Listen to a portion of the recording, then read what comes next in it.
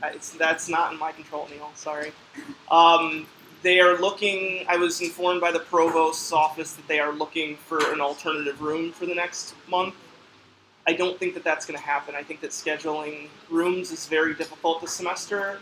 I think that, yeah, why don't you turn that off? I think you guys have to hear me. I think they're doing construction, or there's plans for construction upstairs. So we're kind of stuck here.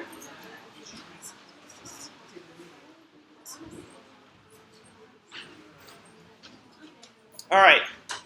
Okay, so now that you guys can hear me, welcome back. As I was sort of saying, it looks like there's about an equal, people that took me last spring and people that probably have never taken me before. So I do want to spend a little bit of time today kind of getting everybody up to speed. I know that for people that took me last semester, it's probably going to be a little bit easier because you're familiar with my teaching style and the course material and everything else, but others of you aren't. So I want to make sure that I spend a little bit of time going over the material that I have for you guys, as well as kind of the expectation coming into this semester in terms of the knowledge that you're expected to have to start today, because this is obviously Organic 2, and Organic 2 is going to build upon Organic 1. And if it's been a while since you took Organic 1, or if you took Organic 1 with someone else, you may find that there's different flavors and different material that's covered and everything else like that. So it's the way it is, and so we've got to try to make sure that we can be on somewhat the same page. So for starters, I want to go, I do get emails occasionally about Blackboard. We won't use Blackboard really at all. I'll use it for the most part just for putting your grades. So as those of you that took me know that we usually grade, for example, the exams immediately following when you take the exam, and so usually at some point in that evening, you guys can find those grades on Blackboard. That's also where we keep all of your grades that ultimately, so that's something you're probably going to want to go and maybe take a look at, even to ensure, for example, that your grades that are on the Blackboard are consistent, for example, with quiz grades that you might have gotten. So that's really the only reason that you're going to want to use Blackboard. What I'm going to create is a merged file, which I haven't yet. I'll do that around the time of the first quiz. So something might pop up and you'll have access to it at that point. But you probably don't have access to any specific course information on Blackboard yet, but once the quiz 1 takes place around that time, you'll begin to have access to material on Blackboard. The more important material you're going to find on my website, so I maintain my own website. This is it. You can find it, so just put my last name in there, depending on the browser. Oftentimes, this is I don't even know what this is. This is Google, so it pops up. So this is Fire, whatever this is. Browsers, this will generally come up. You pull my full name, you'll find this. But basically, it's got all the information. Obviously, what you guys are going to want is the Organic 1, potentially as well as Organic 2 material. You can find it under the course information here if you go to the main web page. On this website, and I'll be updating it periodically throughout the semester. This link I just noticed is bad, so I'll have to update it. But usually I put tutoring information that you guys might have. Learning Center is usually a good place where that you can get extra help and so forth. So, one of the really important things about organic chemistry is those of you probably already know, it's a very difficult course to learn and master on your own. So certainly you should try to find people to work with. In addition, it's oftentimes helpful. You should certainly take advantage of office hours of your recitation instructors, take advantage of my office hours, which will be after class every day. I'll reiterate this again, but I always have my office hours up till about, till at the point that this ends, till about 1 o'clock. I just make my Mondays and Wednesdays this semester for you guys, and so those are days that are yours. The only days that may not be the case is exam days, because we want to get the grading of the exams done, and occasionally if something else happens to pop up. But within that, the Learning Center is another opportunity, and obviously I'm not going to necessarily do any advertising for tutors, any specific tutors, but obviously tutors would be good too. some of you, it depends upon the people, but it's going to be helpful to get feedback, obviously, in this course, and if you need extra help, the Learning Center does have it there. Unfortunately, apparently my link is bad, so I'll try to update that. Before I get to the syllabus, you'll find other information on here, so I do try my best to get videos of the lectures up every day. I don't want this to turn into a scenario, and it hasn't to date, but occasionally I get nervous that there's only like 20 people out of a 120 person course here. So this should not, if I start showing up and there's 5 people here that I'm teaching to, I may stop doing the videos. So that's not the reason here. I may be forgiving if this becomes sweltering hot in here, right? To the fact that you feel like you're going to pass out and need to get out of here, I'll understand, and you can, so you'll have those videos. The videos are really more meant for, if you have something periodically come up, if somebody gets sick, right, or you are sick and you have to miss this, or you sort of are sucked into work and you have to go into work, or if you want to go back and rewatch the video, slower pace, that'll be there as well. So the videos are certainly something that I do that's, I guess, kind of unique to pedagogy, but I think that students find it helpful. Another thing is a lot of people struggle to read material in a book, right? And one of the things I always tell students, for example, is that organic chemistry is obviously a very visual topic.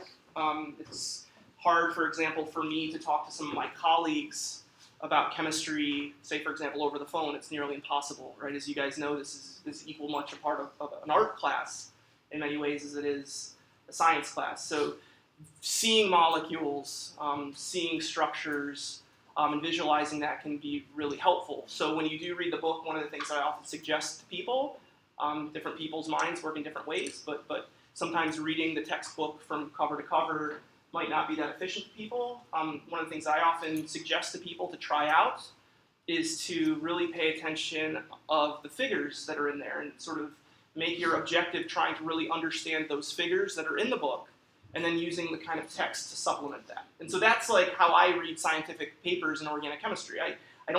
Rarely do I start a paper at the beginning. I'm usually just, tell me what's important there, and I'll go right to the figures, and then I'll refer to the text afterwards. And I think in many ways, learning organic chemistry and reading through the textbook can be in the same way.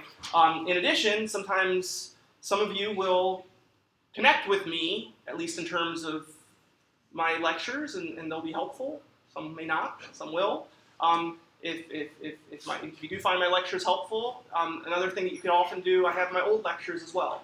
So you could potentially look at some of my old lectures in advance of the class as well. And so, as an alternative to the book, that's another thing that you guys can do. And again, I do have them, a variety of them. The one thing that you may have to pay attention to is that sometimes the material and how quickly the material changed a bit. So you have to pay attention, for example, to the material. For example, this is from fall 2014, when there was additional and more material in Organic 1. And so you can see that we started on carboxylic acids right away. This semester, we're not going to get to carboxylic acids until probably October. We're going to start with alcohols. So you just have to be aware of that when you're taking a look through this. Pay attention to the syllabus, what material is going to cover, and make sure that what you're covering is in line with it. The fall 2018 lectures will probably be your best bet in terms of material that is going to be kind of at the pace of what we're doing. I did try more recitation style a couple years ago. I found that the students didn't like it that much, so I stopped. But if you do like more recitation styles, there are some of those, but obviously those are more ones where I was trying to get a little bit more engaged in the classroom, but perhaps that's better to be saved for your recitations. You'll also see that past quizzes are here. There are also handouts that occasionally will go around. I generally, sometimes I don't put answers up, sometimes I do. If I haven't put up answers for something, it could be either that I got too busy and haven't had time to put those answers up, or it could be pedagogical. Sometimes I find that when students actually look at the answers and see the answers, they'll convince themselves that they know it.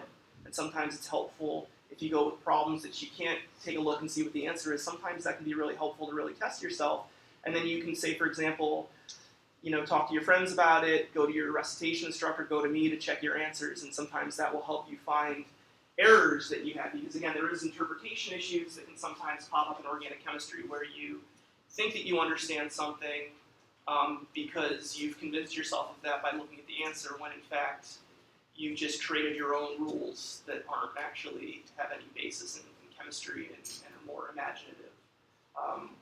So anyways, those are there. Same with exams. Again, just pay attention to the same thing that I said about videos, and they also come up in exams. So if you're looking at some of the older exams, those older exams might have been based upon different material. But certainly, so I have the fall 2018 exam up here. Yeah, so I have the fall 2018 exam there.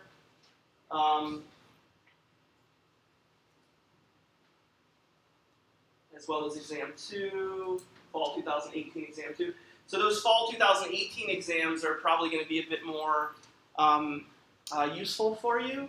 What I would suggest doing with the exams, and we'll usually have prep days as well, where something that I think students, like, maybe I convince themselves, but I'll do like little mini practice exams the day before, or the class before, and just, it'll be like a third of the exam, and you guys will take 20 minutes trying it, and then we'll go over the answers, and at least that sort of can help guide you in terms of what you know. But you can also look at the old exams, and I would certainly recommend sitting down with the old exams.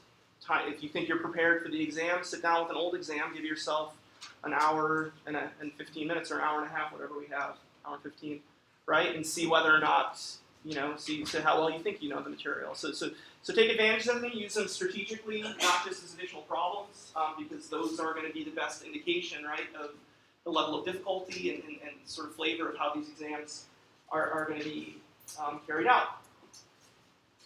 Okay, any questions so far?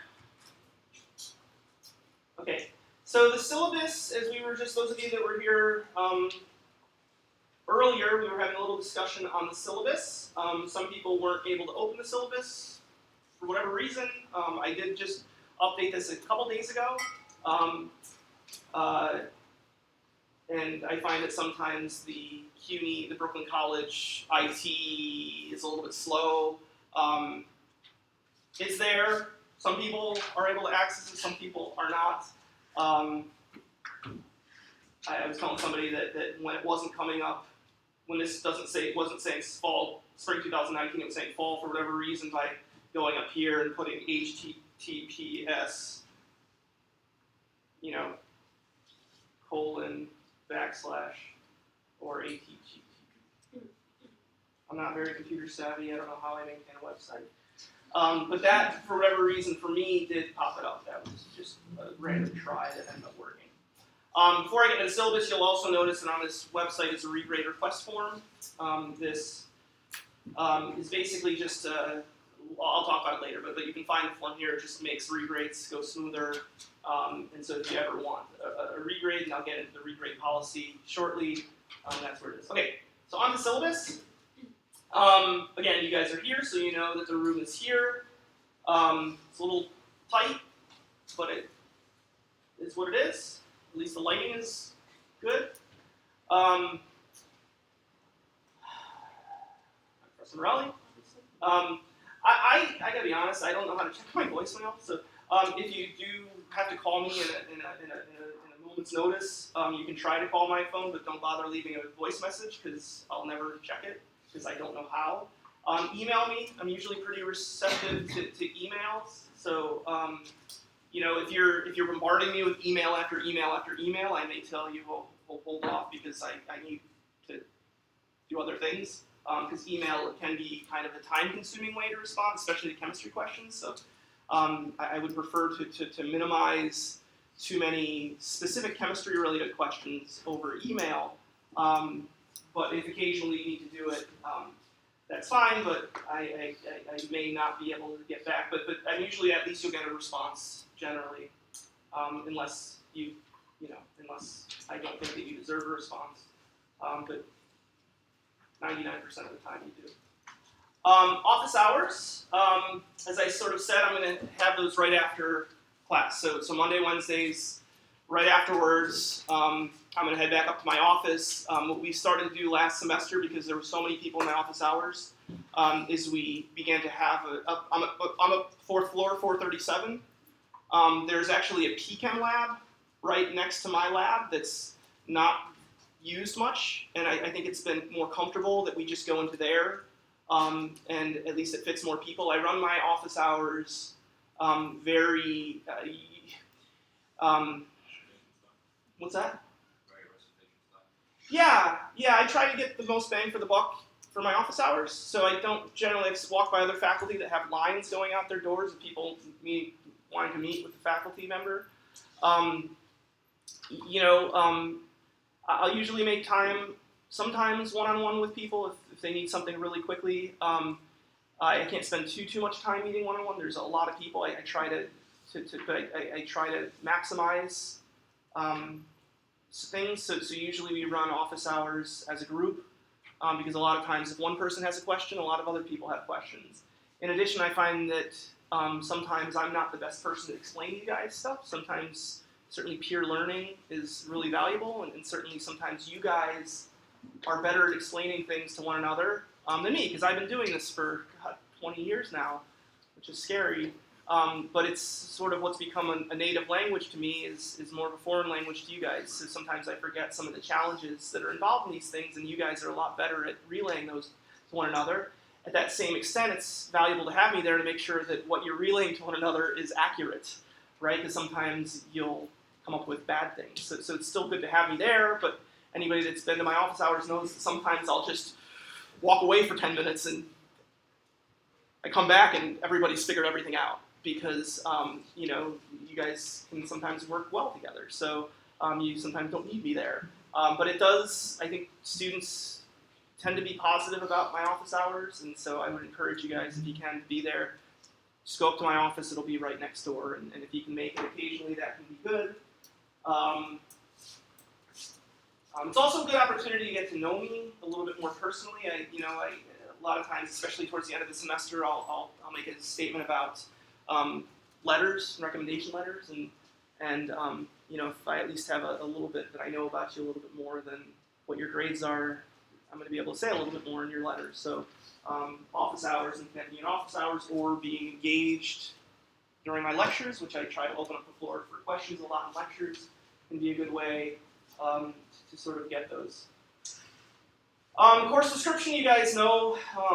Hopefully, this is organic chemistry.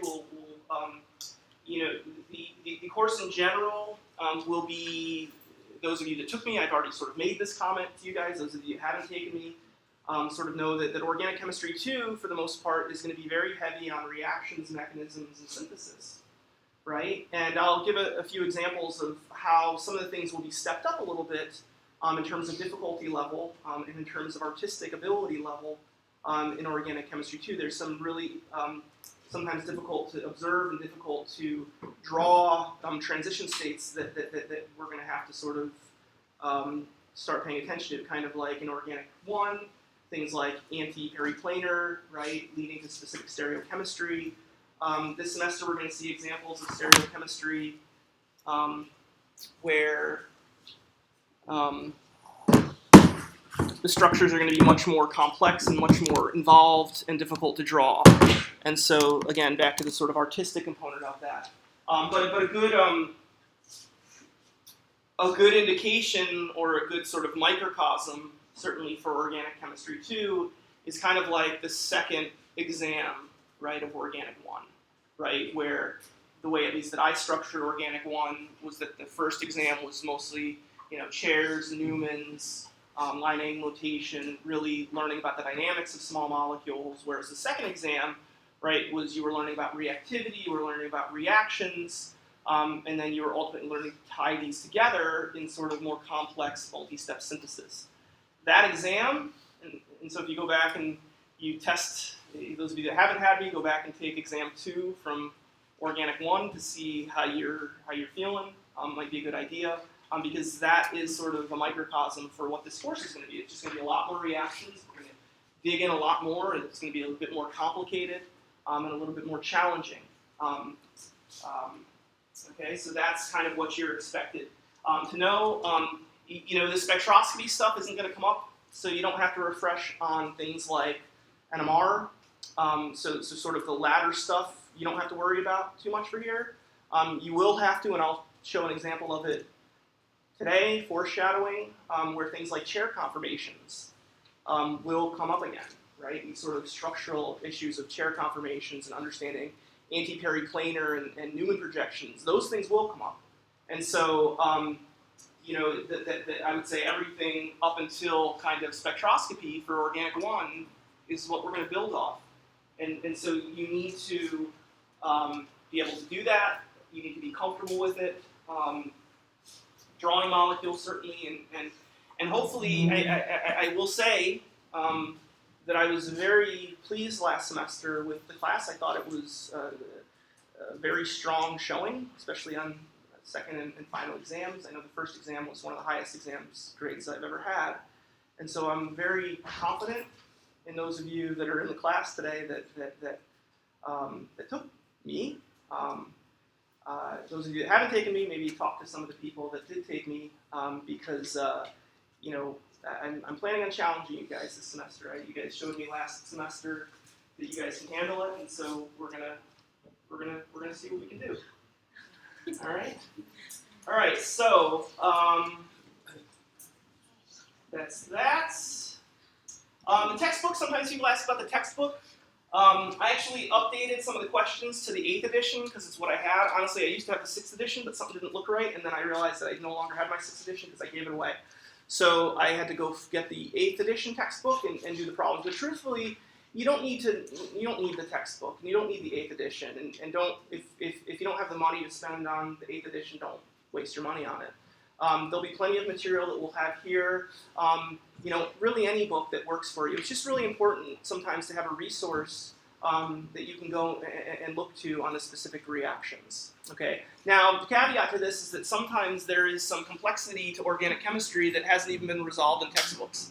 So sometimes you'll find, I think, chlorination, which is a reaction that we'll talk about shortly. Sometimes stereochemistry of chlorination reactions. One textbook will tell you one thing to try to keep things simplified, and the other textbook will try to make it more accurate, and they'll be at odds with one another. So there are those things that can occasionally pop up just because of the ambiguity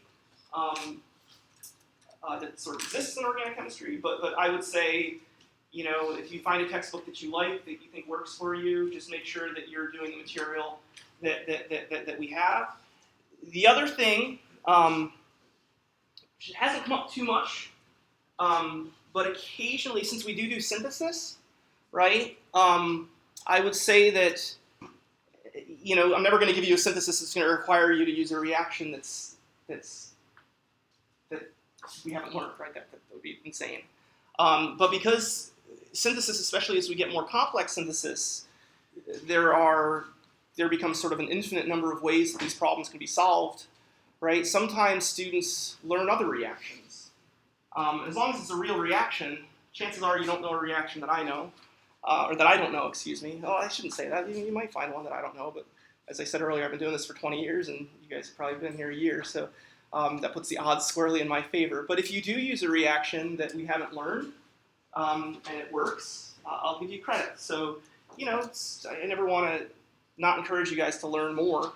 So certainly, if you're reading your book and there's a reaction that's in there that you think is cool and that you're inspired to learn and maybe incorporate into synthesis, you can do that as well, but you're never going to be required to. And sometimes I get confused. One time somebody had used a reaction, and it took me a moment to realize what they were doing. And then when I realized, I was like, oh, they're using a McMurray reaction, and it worked. So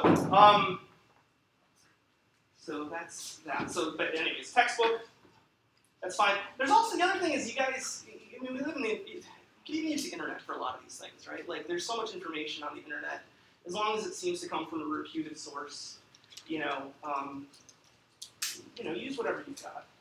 I kind of, this is the sign of a holdover, but I know that a lot of you guys have molecular model sets. Probably, at this point, not as important as it is for the beginning of Organic 1, but you could still find it to be valuable. we got here? Course evaluation, recitation attendance. So show up. The recitation instructors I've asked to just keep attendance. If you miss a recitation, it's not the end of the world. Usually we give you a few classes, but if you decide that recitation isn't worth your time and you only show up to quizzes, you will get docked on that. So if you're making an honest effort and you're trying to get to recitation every day and you happen to miss a couple, that's not going to be the end of the world, but we do have that there, just more to punish those who decide that recitation is not worth their time. Quiz grades, so it's going to be 20% of your grade. That's it's about equal to a lecture exam. Quizzes are, there's 5 of them, and I will take the 4 top. Now what I always have to tell students, and I'm sure that I'll have to reiterate this to a student throughout the semester, the reason that I dropped the lowest is not because I think that you might have a bad day of the quiz, right? I realize that that's going to happen and there's a potential benefit to it, but really I think the reason why I dropped the lowest is because we're a commuter school, and because of the fact that it's a commuter school, the majority of you at some point on your way to the recitation, something will happen, whether it's the train gets slowed down, whether it's the fact that you get called from work and you're going to get fired if you don't go there, or your car has a flat tire, right? These are the reasons why I sort of dropped the lowest. And so life happens, but it's very difficult sometimes to make up quizzes retrospectively, right? And a lot of people will often say, well, can't I go to another quiz? And the problem with that is the people that may be the last quiz of the week, and if they miss, well, where are we going to put them? So it's very, very difficult, and so I don't reschedule quizzes after the fact. Before, it's very easy, okay? So if you know that you're going to be missing a quiz in advance, that's a completely different story.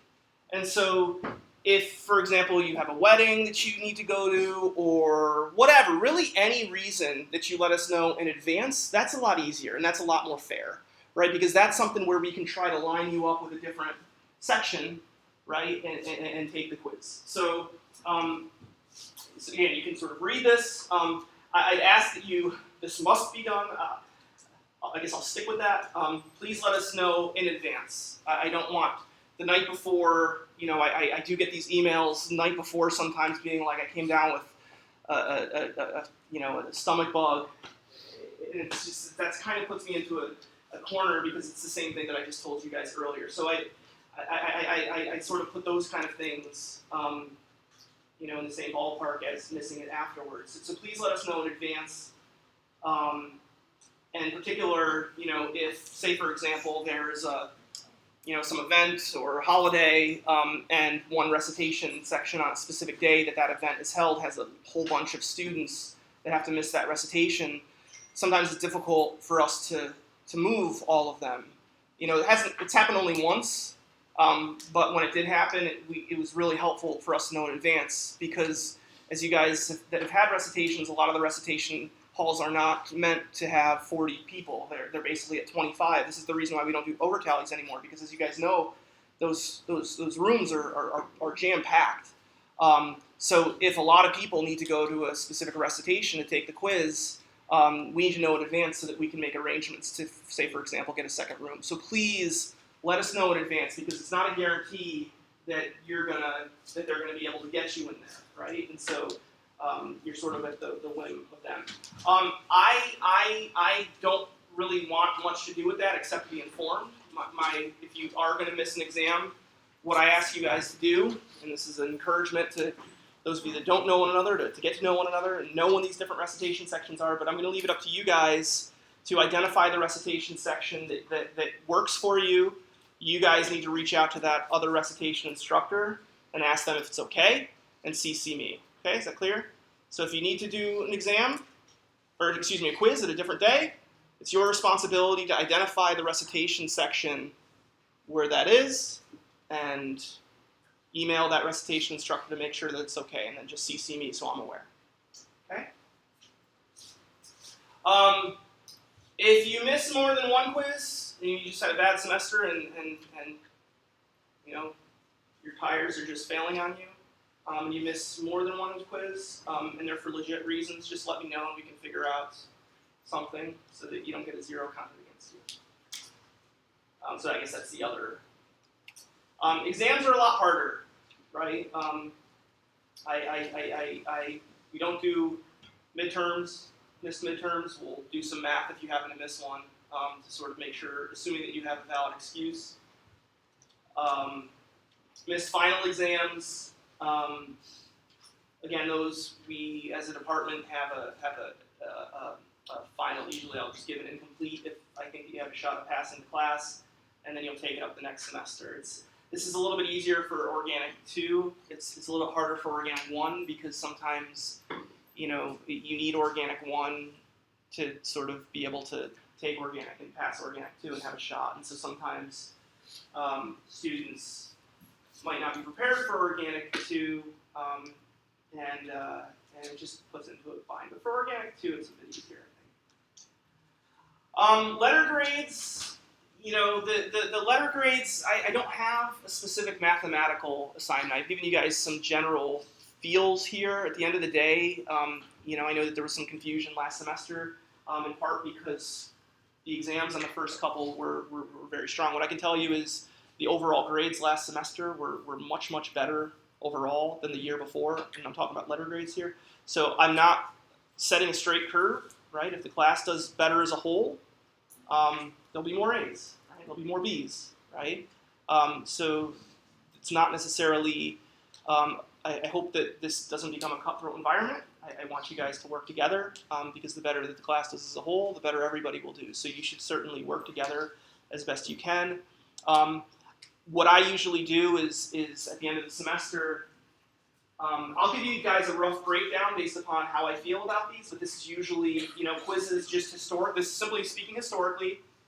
Says nothing about what I plan to do and what I will do, but just to give you guys at least a feel for what you can anticipate. Quiz grades are usually more reflective of what you would typically say. So quizzes are a little bit easier. They're meant to make sure that you're keeping up on the material. If you get above a 90% on a quiz, that's kind of an A. If you get above an 80% on a quiz, that's kind of a B. And so, historically speaking, they're a little bit more in line with what we generally think of as A's and B's. Exams, I challenge you guys a little bit more on exams, right? And so, usually, I'll say sort of 85 and above-ish. But that's going to be changed. That's going to change based upon the exams, or it could change. But after every exam, I will kind of give you guys a rough sense for how I viewed them.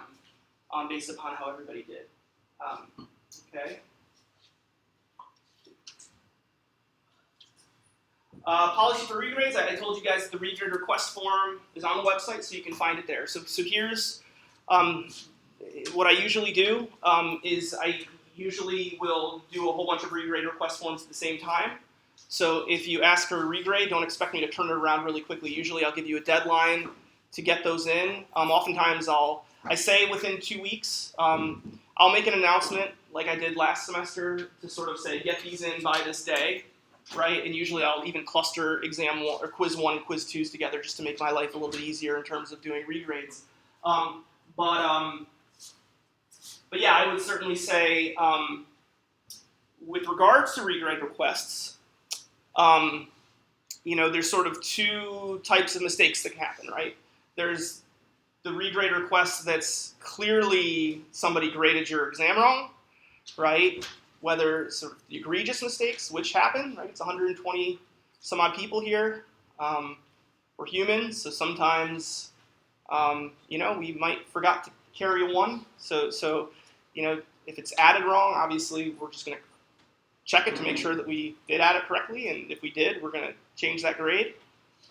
If somebody just had a brain fart and you had a question 100% right, and for whatever reason, they marked it wrong just because they, in the moment, forgot. Or maybe the person that they graded before you, it was so awful that was in their mind as they were grading yours. We will grade those, no questions asked as well. You will get those points back, and that will be fine. And certainly we want to see those, and we encourage you to see those. When it becomes a little bit more arbitrary, this is where we're going to end up regrading your whole exam, right? And we will certainly This is something because, when it gets down to sort of more subjective, oh, I got 5 points, my friend got 6 points, I feel like we had the exact same answer, why did they get 6, why did we have 5?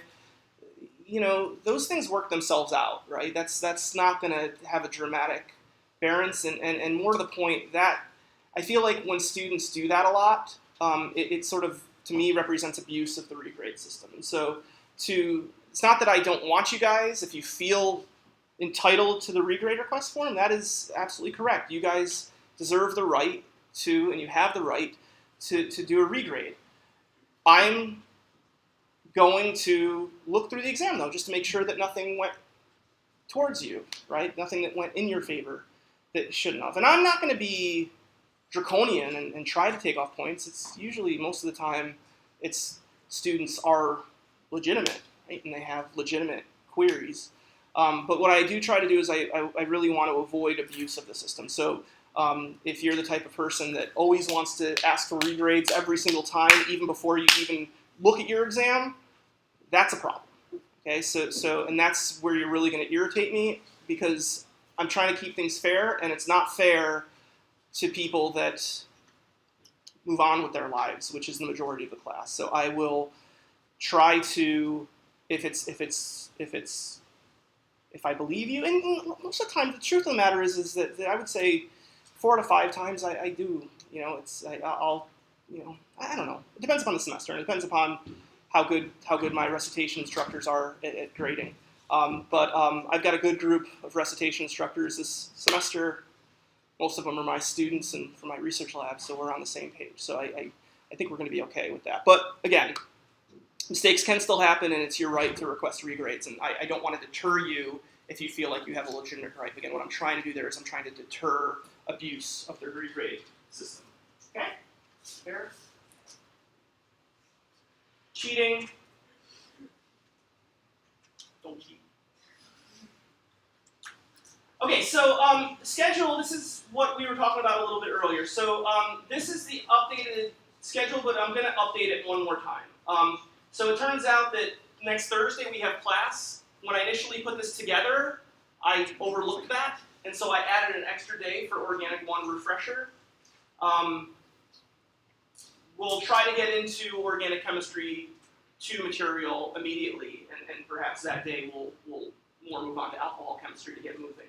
The reason being that I know that you guys want the Exam 1 review, and this date I had heard before I got here. It wasn't a date that showed up on the list of observed religious holidays, but the Monday and Tuesday, as well as the weekend before, I'm now finding out a lot of observant Jews can't even write, and so that's a lot of days in advance. So the discussion that had before was what we'll do is we'll move this to the 7th. So the first exam is going to be the 7th, which means that I'm going to push things back a little bit. So I'm going to try to, I'll advance this a little bit, so we'll have the Exam 1 review on the 2nd, and I'll try to move a little bit faster so that we can have that full day of reviews, because I know that is an important day to have that review. I know that that's something you guys like. Yeah. Sorry, I can't hear you. What day will be for quiz 1? First quiz. Quiz 1, yeah, it's going to start the 9th. So nothing changes. Nothing changes with the quizzes. No, it's just that one exam. That one exam, yes, good question. Yeah, so that one exam, we're just going to move it back a day, and we're going to try to get through the material more. If you look at what the first quiz is, basically your quizzes in general, those can hold to the same things. Generally what I've done on quizzes is sort of like, I want you guys to have a weekend prepared. So usually the material that we covered the week before, as long as you've had a weekend to prepare for it, I feel like it's fair game. So any quiz, I'll usually give you some guidelines, but that's usually what to think of, is that I try to give you guys a weekend to prepare for quizzes. If you've learned the material and you've had a weekend to prepare for it, expect that it might be on the quiz, okay? But as you can sort of see here, the first quiz was going to be Organic 1 reaction refresher and motivation quiz, because what I want you guys to do is refresh on the Organic 1 material and make sure that you have that down. That's going to change now, because we're going to get into some alcohol chemistry, and so we'll have a little bit of alcohol on that as well. Okay? But I'll update this immediately. Well, when I have a chance. Can you find the syllabus on your website? On my website, it should be there. I will do my best to get it online. The thing is that sometimes, because I update it myself, and so sometimes the Dreamweaver that I use to update, sometimes the internet VC doesn't allow me to connect for whatever reason, but I'll do my best to get it up immediately. Okay. Rachel, you had your hand up? Okay. Okay, so I think that's it. Exam 2 will still be on Exam Tuesday to sort of follow. Yeah. What is Grand Challenge? Rachel? Okay. 16. Oh, sorry, I thought she was going to answer your question. So Grand Challenge, we'll see. You can look at my old exams. Usually I have one that's just meant to challenge you guys a little bit more than the normal. So I'll talk about it. Yeah, it's you can look at some of the old exams to get a sense from it. Sometimes they've been insane, right? Sometimes they're not so insane. They're questions. The Grand Challenges are usually questions where I try to get you guys to think very forward-thinking. A lot of times Grand Challenges, like a good example of a Grand Challenge would be, hey, we've learned these two reactions, right? We've learned the mechanism for these two reactions. Here's a reaction that you haven't seen that combines elements of these two mechanisms. Can you figure that out? So that would be like an example of a Grand Challenge type question. So it's might be something that you haven't necessarily seen yet, but it's trying to get you guys to think at a different level. Okay. Yeah, Rachel, yeah. Wait, the 16th of October is not a holiday where we can write that. No, but it's the days before. Yeah. So it's the fact that there's going to be like 3 days and the weekend. Just wanted to let you know. No, and that's why I had it there initially. But what I had heard was I was on the phone with somebody. I was trying to schedule for this faculty council committee that I'm on, and we were going through the dates, and somebody made a comment about the 16th being a day that sometimes people observe. And so I asked about it, and it turns out it's not a day that they observe, but apparently, given the fact that literally like 3 days beforehand, you guys aren't even going to be able to write anything. That's going to be tough. So we'll just make it the 7th, and that works. Thank you. Yeah. Okay, so that's that again. Oh, so the final examiner. Oh, I gotta update this a little more. Okay, so I made a mistake here. Obviously, by this sort of half colon with nothing on the other side, I thought that I finished my syllabus and had. I'll update this with it is. But basically, what I do want to say is that for the final exam, for those of you that want to know the date of the final exam, it's going to be whatever date BC sets. So you guys at this point probably know how that exam calendar works. We are, what would it be, like M9 or something like that probably, because it's Monday, 9 o'clock time. So that M9 slot or MW9 slot is going to be when we're going to have the exam. Okay. Yeah, Ava. Are you going to do this time around like extra credit Grand Challenge questions? So what's extra credit? Remember like that one time like a year ago, year and a half ago, you had that kind of question? It was extra credit. I don't remember that. But what I do know is that all that extra credit means, especially in a class like organic chemistry, means that the exam is on 110 points rather than 200. At the end of the day, it doesn't matter because we don't work on a formal zero. It's not your classical numerical system anyway. So what does it matter? You can visually, if you want to think about the Grand Challenge, the exam being on 90 points and the Grand Challenge being 10 points. That's kind of how I do it. Do certain anyway. So, you know, make sense? Yeah. Okay. All right. All right. Any questions before we?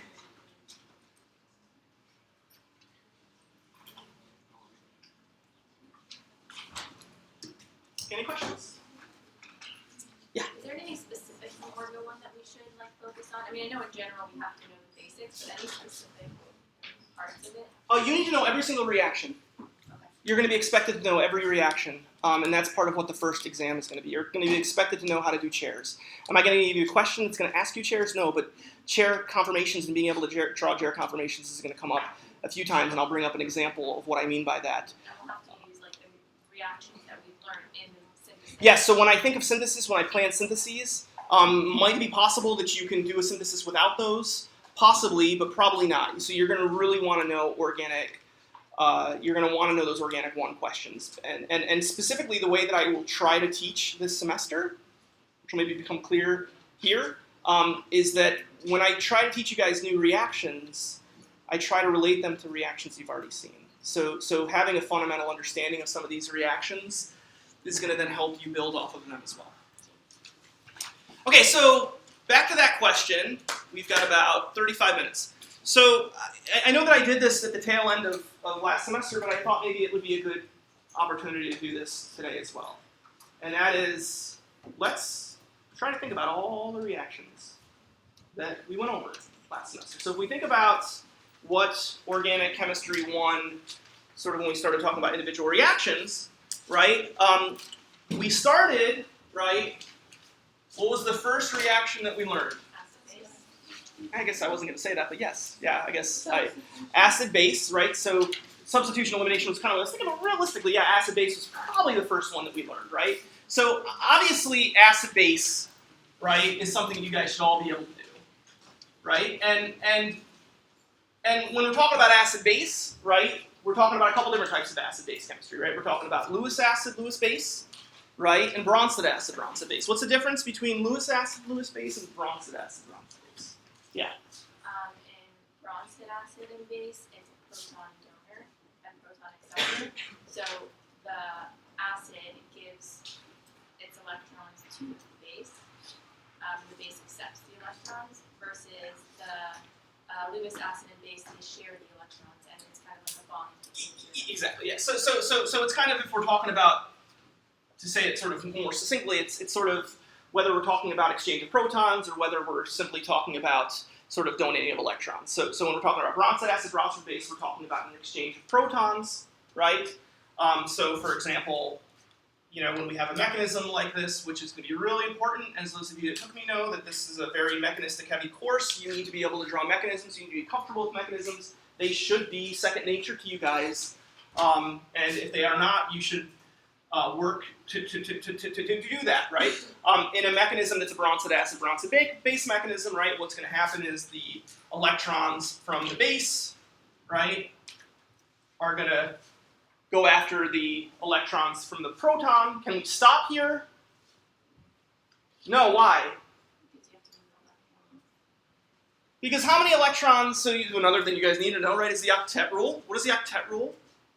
Right, the octet rule basically talks about oxygen and nitrogen, specifically carbon, right? So we're talking about how carbon and nitrogen and oxygen, these sort of atoms, when they're within molecules, right, they have to have a total of 8 electrons around them. I shouldn't say they have to, right, but they certainly can't exceed 8 total electrons, right? That's because of their octet and the valence, right? They only have really room in their valence shell for 8 electrons.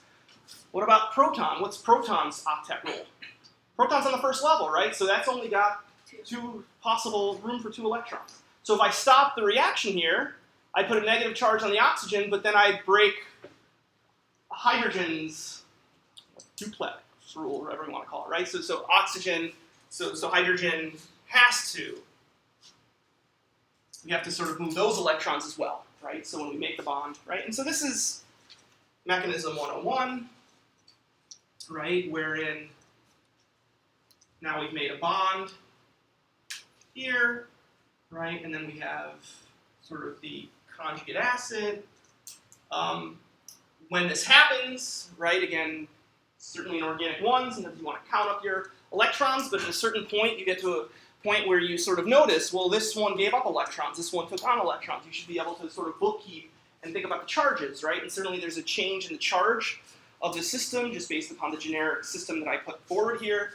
This B is not a boron, I was just saying it for base, right? This is not, right? So in this case, this overall system here, right, that B, whatever that element would be, it's not boron, that would take on a positive charge, right? Because it's going from owning those 2 electrons to now sharing them. So it's the 2 electrons that kind of, from a charge standpoint, only has one of them, and the acid has, right, the conjugate acid, I should say, or the conjugate base, I should say, only has a negative charge. So sometimes the names that we will sometimes give these, right, is this is sort of the conjugate acid, right, and this would be the sort of the conjugate base. These are just terms What's more important is that you guys can actually draw it. When we talk about Lewis acid, Lewis base,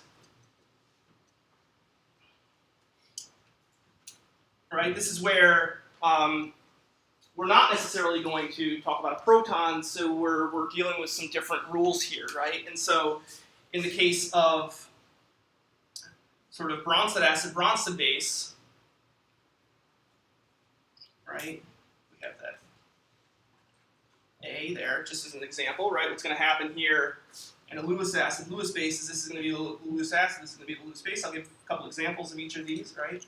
And then what's going to happen is we're not going to have to do that, right? Because in a system like a Lewis acid, Lewis base, right, we have a system where, for whatever reason, maybe we haven't broken the octet rule. So a classic example of Lewis acid, Lewis base is where, ironically, the A is a B, right? So boron, or we actually have boron, right? So a classic example would be something like BF3, right? So that's boron trifluoride. Boron is one of these interesting elements that we see occasionally, and it's neutral. In its neutral state, it's actually not that stable, right? It's a really good indication of why things want to try to have 8 electrons. So boron's neutral state, it's only got 4 electrons, but boron generally doesn't exist. 6 electrons. So boron doesn't generally exist as a 6-electron system because it wants to fill its octet. So boron is a good example, and let's say, for example, that we treated this with, say, for example, diethyl ether, which very commonly, boron trifluoride, when you buy a solution of boron trifluoride, it's very common that it's in a solution of diethyl ether. And what's actually in the flask is not necessarily BF3, but it's actually what we call BF3 etherate, because the boron makes a bond, right, with the diethyl ether, right? And so this would be a classic example of Lewis acid. Lewis base, Bronsted acid, Bronsted base. I'm sure you guys are all much more familiar with examples of those. Name your acid that you classically think of it as an acid, whether it's HCl, acetic acid, sulfuric acid, right? Those are all things that are giving up the protons. Flip side, what could be your potential bases? You name it. Potentially water could be your base in some of these cases, like I just outlined. Potentially things like amine bases and so forth. So, all right. So this is pretty much the basics of acid-base chemistry. Then we went into substitution elimination. Yeah. Sorry, was it those diethyl ether? Yep. So it's diethyl ether.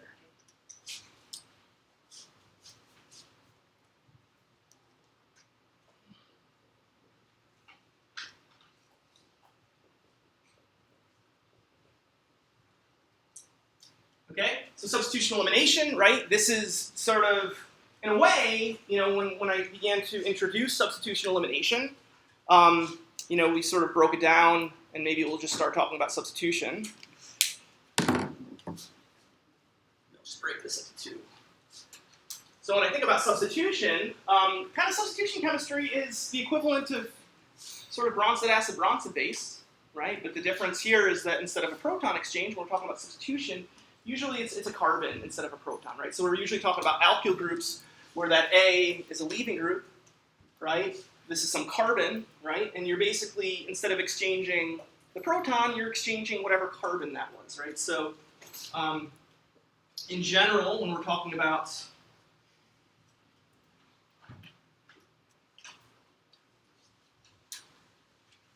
right, some type of X, right, or X can be what's common X is our leaving group.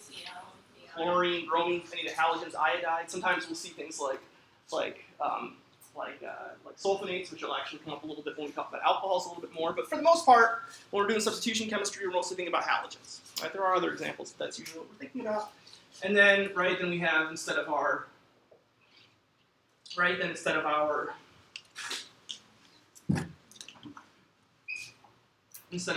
base, right, what we have, right, is our nucleophile.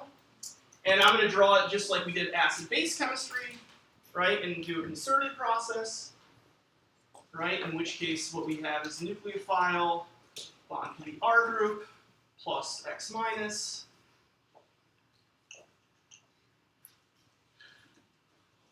right? And in the case of those electrons, I'm making the bond here, right? So I'm going to make the nucleophile negative charge here because that happens, right? So it's going to be neutral at that time. Everything on the left is negative. Everything on the right is on negative. Obviously, if that's neutral, then it'll become plus on the other side, just like we saw before. As shown, I showed you this concerted process. So the name concerted, right, means that all the electrons are moving at the same time. So we're making one bond at the same time that we're breaking the other bond, right? This would be representative. Do you guys remember what the name of this one is? This would be an SN2 reaction, right? So concerted. SN1 is when it's not concerted, right? So SN1 is when two things happen separately. Now, if you have to decide which of these is going to happen first and which is going to happen second, we have to look no further than the octet rule to know what's generally going to attack first and what's generally going to attack, what's going to happen second, right? And as I said before with the hydrogen, right, we can't stop here after the addition in, right, because we'll break the octet rule. So you know that can't be your first step in an SN1. So in an SN1 reaction, what happens first is the leaving group leaves.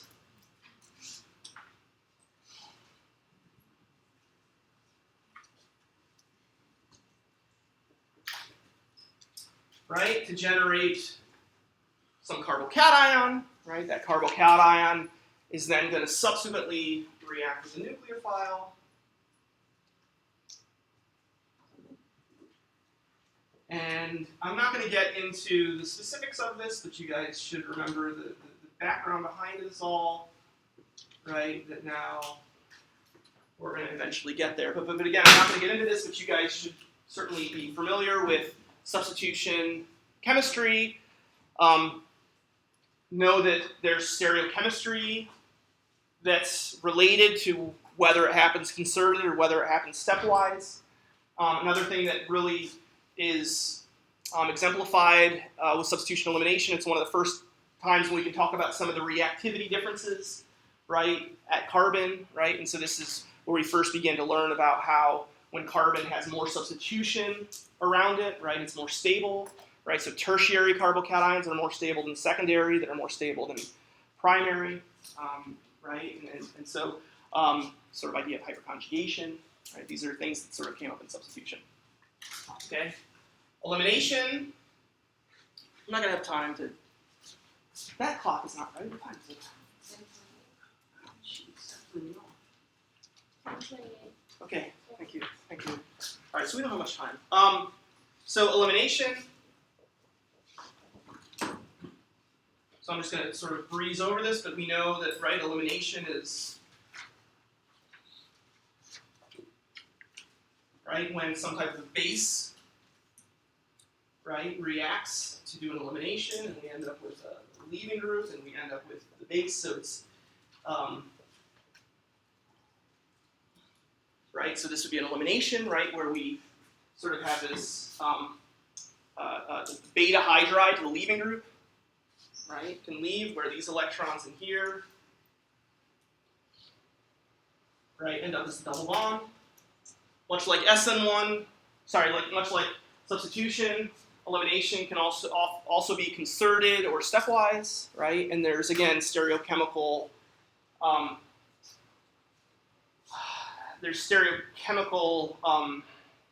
consequences based upon whether it can go SN1 or SN2, right? Based upon the need to be anti-planar, right? So in an E2 reaction, as I've shown here, remember that needs to be sort of anti-periplanar, large part because the electrons in the carbon-hydrogen bond have to line up with the sigma star antibonding orbital of the leaving group. If the leaving group leaves first, right, we don't necessarily have to have that alignment, so the proton could be on either face. Right? So you can potentially get different stuff there. Okay, so this was kind of the basis through which we began to build off our other reactions. We learned a whole bunch, and the way that the book breaks down is it tries to break down by functional groups, right? So the term functional groups refers to the group on a molecule, right, that has a function, right, that does the chemistry, that changes, or that is somehow involved in that chemical transformation. So we talked a lot about alkene chemistry, right? Some classic examples, right, would be HX, right, where you basically get addition cross that bond, right? We saw that basically the identical reaction would be if you have acid and say, for example, water, right? In which case you get water over there, right? Basically FX water across that bond. I can go through all of them. I might, maybe I'll, because I do want to get to this one thing and get you guys thinking about this one thing before next class. But again, you know, when you combine some of these, for example, you know, where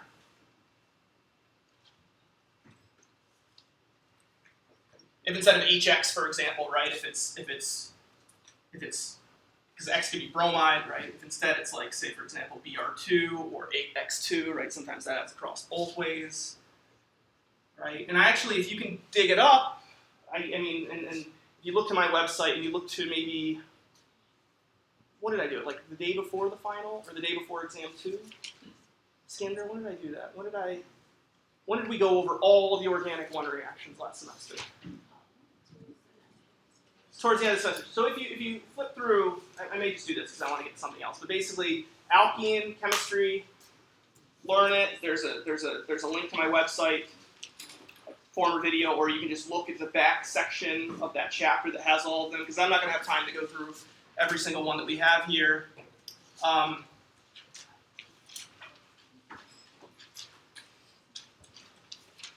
Right, so alkyne chemistry we saw was very related to alkene chemistry. So a lot of the same reactions that we saw with alkenes, we then suddenly saw with alkynes.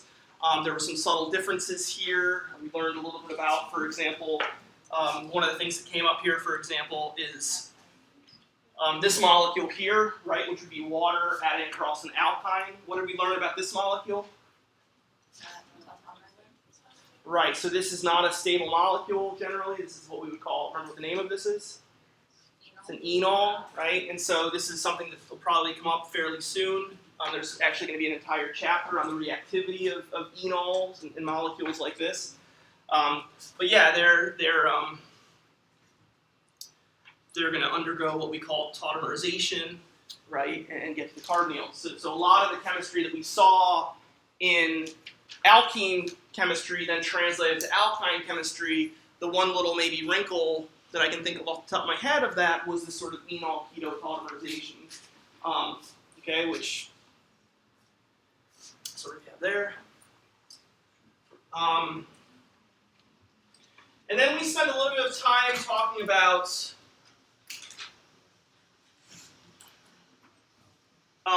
what else? So we talked a little bit about organometallic reagents, a little bit, right? Not too much, right? This will come up a little bit more this semester, so organometallics.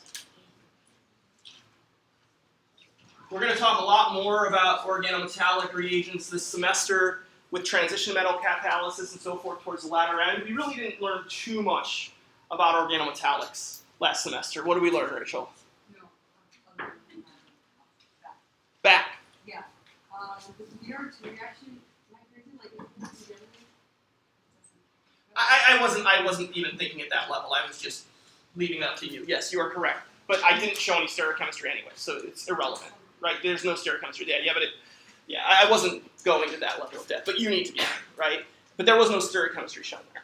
I'm just trying to sort of give a brief overview to get your guys thinking, but you guys need to go and make sure that you know all these things. You know all the stereochemistry involved with them, and you need to know the regiochemistry involved with them, and be prepared to use them. Total synthesis. Organometallics, we really just learned, you know, for the most part, the way that I tried to present organometallics was that, you know, we looked at alkyl groups, right? We looked at alkyl halides, and we learned how to make alkyl halides, and sort of we talked about how this is a good electrophile to make, for example, new bonds, right? And one of the things, so it's sort of a carbon-based electrophile. So I think the real take-home lesson to the organometallic chapter was that from those halogens, we can also often take these carbon-based electrophiles and turn them into carbon-based nucleophiles, right? And so we learned a couple different ways to do that we'll go into a little bit more and we'll start to see quite a bit in Organic 2. What's that? we took the alkyl halides, which are electrophiles, carbon-based electrophiles, and the organometallic chapter showed us how we can take those electrophiles and convert them into carbon-based nucleophiles. Right? Because prior to that, I guess what I should mention, prior to the discussion on organometallics, the only way that we knew to make carbon-based nucleophiles was by deprotonating acetylides, right? So we can deprotonate those, right? Because alkyne protons are much more acidic than alkenes or alkynes. Okay? So, and there's really two ways to think about this. You can take it and treat it with magnesium. It's a very versatile reagent. You guys remember what this is called? Grignard, right? So the magnesium effectively inserts between there, depending upon, I often like to just show it like this because it helps draw mechanisms, although it's not like this. I'm simply, this is an example of me trying to just simplify it to make your drawing of mechanisms down the road a little bit easier. So it's a Grignard, so it's sort of MGBR. But I often like to draw it this way, and I like to have you guys draw it this way, just so that you can see the lone pairs, right, that you're eventually going to use as your nucleophile. So it's totally cool with me. You want to draw it that way. You can also take these and treat them into alkylithiums. Right? So you take this and treat it to lithium. Right? If you take this and treat it to lithium, the lithium's actually going to dump a couple electrons into the system. So you actually need 2 electrons. You actually need 2 equivalents of lithium because lithium needs to add twice. Right? And what ends up happening is, in that case, you're going to get a lithium counterion, right? And if you forget that you need 2 equivalents of lithium, you sort of look at the fact that that equation is not balanced at all, right? Because where the heck did your bromide go? That's why you need a second equivalent of lithium, because you also generate lithium bromide, right? So that's where the second one comes from. And we also learned from here, right, that you can take these molecules and you can, what can we do with them? Do you remember? Attack oxides and ketones. Well, yes. We're going to talk a little bit more about this semester. I'm not even sure we talked that much about that last semester, but we can turn them into another nucleophile, the third nucleophile. Well, you're talking about what we can react them with. That's what we're going to go into a lot more this semester and why these are going to become valuable. Anybody remember? There's one more. Rachel. Copper, right? So if we take these molecules and we treat them with what? What's that? Yeah, so some type of copper halide source, so copper iodide, right? And this is the case where we generate sort of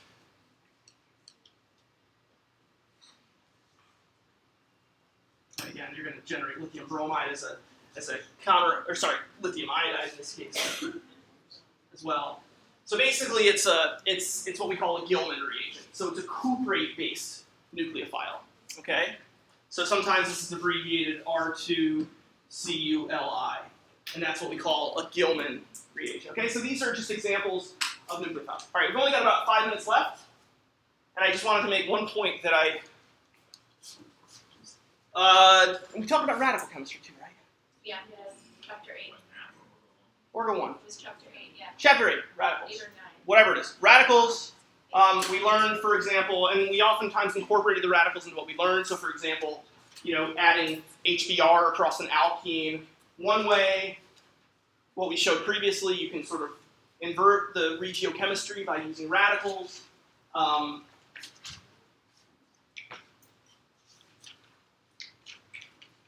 And sort of you learned about, for example, how you can halogenate, you can sort of halogenate alkyl groups, like taking something treated with bromine. So radicals was the other thing that we learned. But I do want to, so you guys, the point is you've got to make sure that you refresh Organic 1 material. So you may want to spend some time this weekend taking advantage. I just want to show you guys one thing. Please don't leave yet. Are we out of time? I got 5 minutes, right? 5 minutes, yeah. This could be the best 5 minutes of your life. Wait. Probably not. No, but I wanted to make a point. I wanted to sort of set you guys up and give you guys something that I thought might sort of illustrate where Organic Chemistry 2 may become a little bit more complicated than Organic Chemistry 1 was. And given the fact that we learned a little bit of alkenes, one of the things that I actually thought of this morning on my way into work was a kind of an interesting reaction. And this is a bit of an advanced reaction, but it's certainly something that you guys could do. And so it's known from classic literature that if you take these sort of, in this case just a diene, but if you take polyenes, for example, there's these polyene cyclization processes, but you can actually cyclize this molecule. You get a molecule that looks something like this. Okay.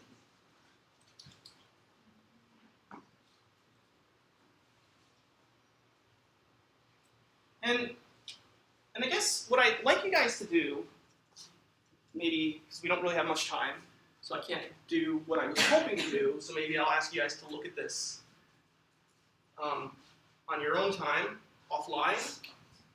And that's the first question is, can you come up with a mechanism for this?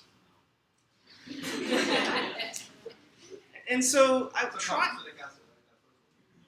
What's that? So that's CO2H, yeah. CO2H, and that's carboxylic acid.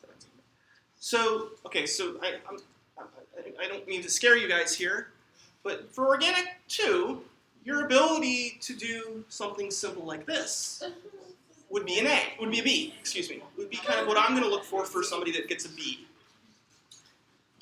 For the A, try this.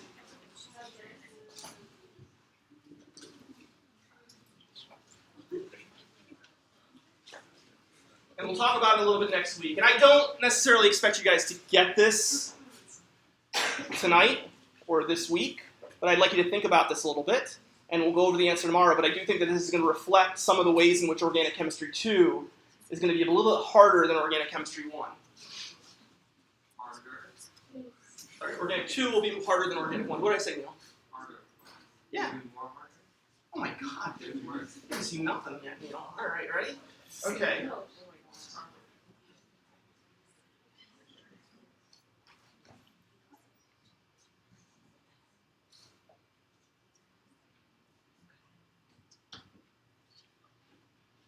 I want you guys to think about this. What does that say on the wedge?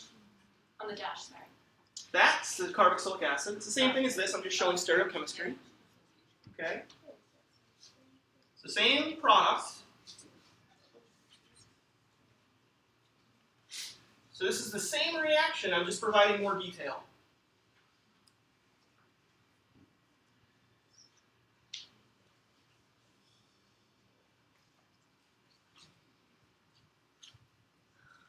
So the question that I have for you guys to think about. You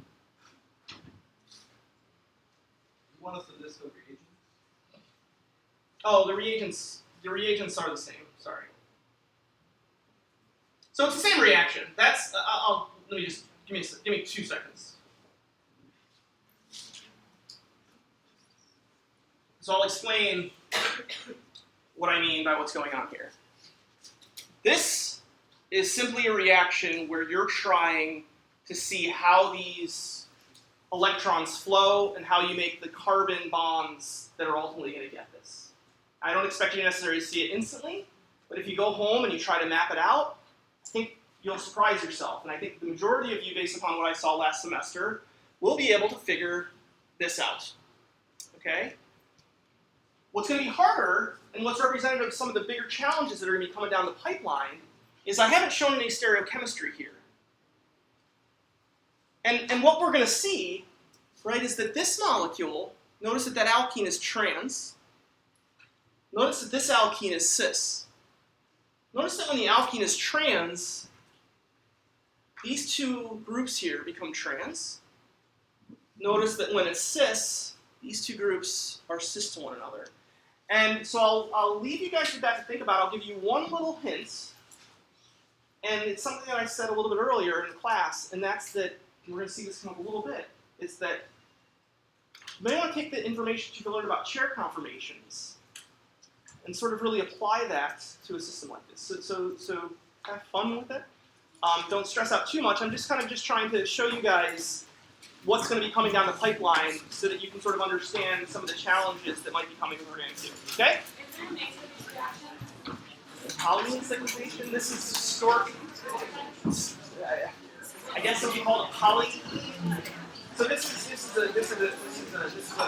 study by Gilbert Stork.